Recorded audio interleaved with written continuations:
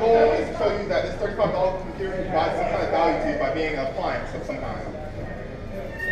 So I'm Marcus Batson. I'm just a user, and for me, the biggest thing I found out was awesome about the Pi is that it was a media center that could stream 1080p video, and I could also watch my podcast, I could listen to my music, and it did all this using 10 watts of electricity. And I could leave it running 24/7 and had no stability issues at all. So, and also it's a reusable appliance. So I've also had a Chromecast before, and the thing I like the idea behind the Chromecast, the Amazon Fire TV, these other appliances that you just plug in and they work, but they're not reusable. So what happens when when Google or Amazon stops supporting them? Then you lose that device. The nice thing about the Raspberry Pi is it's whatever you make out of it. So I'll have a nice image for this one, but one example I saw that was pretty interesting is that I looked at some digital signage solutions. So like when you go to McDonald's or Burger King, for example, you see that menu board is this electronic sign. That sign probably costs a few $1,000, $200 to a few $1,000. This team behind digital signage actually made a free project that you can download and make your own solution using any TV that has an HDMI port and a Raspberry Pi. So, a street pass relay. Does anyone know what a Nintendo 3DS is? No? With Nintendo 3DS, there's this feature called Street Pass, and some people found out that there's a way to take advantage of that Street Pass and cause them to basically generate an infinite number at your own house. You can turn the Raspberry Pi basically into a device that generates those Street Passes for you to get in-game content. So and it takes all about 10 minutes because the person who made the image for it made it to be plug and play. As long as you have a wireless adapter and an Ethernet connection, it works. So you get to generate in-game content at your house without having to go outside. So the main thing behind the Raspberry Pi is that the foundation that started up to make this wonderful computing platform wanted to make it more affordable for schools that teach children the code. So that's why they developed this single board computer to be at $35.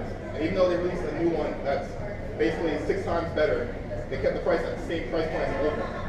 So another great thing. So me personally. Huh? You're running on the old one? Oh no, right now I'm running this off of the new one, just because the new one runs, I'll be able to run Fedora pretty easy off of it.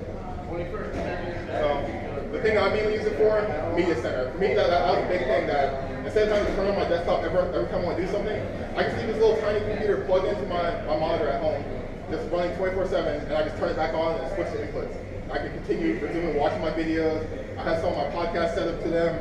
I can play FLAC audio just fine. And again, for me, the thing that really blew me away that it streams 1080p video just fine with no issues. So, and also, as far as controllers go, right now I'm using OpenELEC for my media center, and there's so many different control methods for it.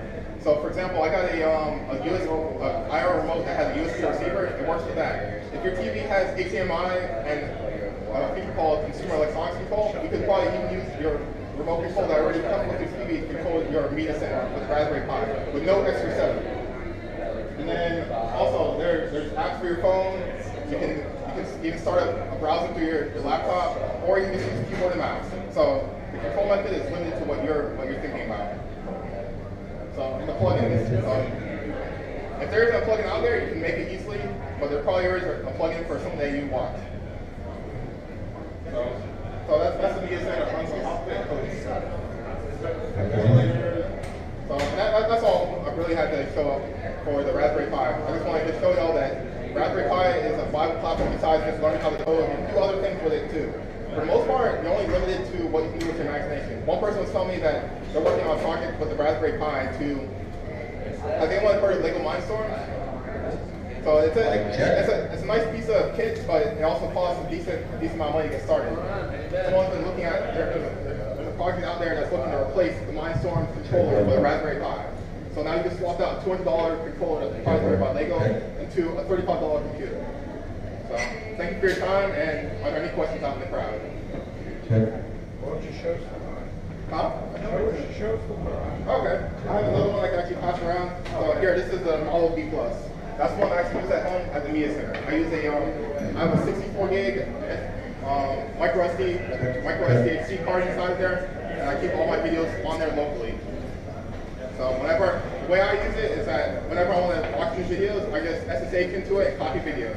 But you don't have to use SSH, so you don't have to worry about setting up By default, you can turn on Windows Autonomous Share, so using Windows, you can just easily access the file share over your network and just copy files to it. Yes?